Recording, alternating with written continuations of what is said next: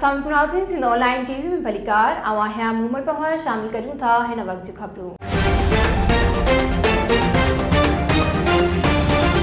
नाज़रीन, औरतुनि जे आलमी ॾींहं ते हैदराबाद में वॾे अंग में औरतुनि पारां रैली कढी वई। रैली में शरीक औरतुनि जो चवण हो त मुझे नालो डॉक्टर रुखसाना प्रीत आहे ऐं वुमेन एक्शन फोरम जी मेंबर आहियां, राइटर भी आहियां, शायर आहियां, स्टोरी राइटर। ऐं हे असां जदोजहद जे पंध में बि सभई गॾु आहियूं। ऐं तव्हांजो सुवाल ॾाढो सुठो आहे त तव्हां एॾे वक़्त खां जदोजहद कयूं पिया त असांखे कहिड़ा नतीजा मिलिया आहिनि। दरअसल हीअ जदोजहद जेका आहे 2 सदियुनि खां जारी आहे।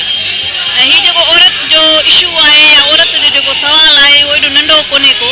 हीअ सदियुनि जी जेका ग़ुलामी आहे उहा ज़ाहिर त 2, 4, 5, 8 मार्च सां ख़तमु कोन थींदी। ऐं हीअ असांजी जदोजहद जेका आहे त आस्ते आस्ते अॻिते हलंदी रहे थी। ऐं उन सां असां सम्झूं था त कुझु न कुझु कानून साज़ी थिए पई ऐं कुझु न कुझु औरतुनि जे हवाले सां बिल बि अचनि पिया, बिल पास थियनि पिया। ऐं उहा ॿी ॻाल्हि आहे त उनजो इम्प्लीमेंटेशन एॾी कोन थी थिए जो औरत खे घणे खां घणा फ़ाइदा मिली सघनि। पर पोइ बि तव्हां ॾिसंदव त औरतुनि जा थाणा जेके आहिनि ते खुली विया आहिनि, औरतुनि जो प्रोटेक्शन सेल्स खुलिया आहिनि।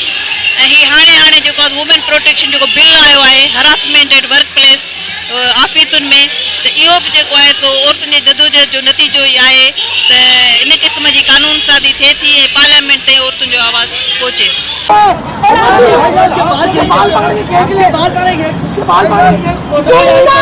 वधीक खबरुनि अपडेट्स जे लाइ ॾिसंदा रहो सिंध ऑनलाइन टीवी।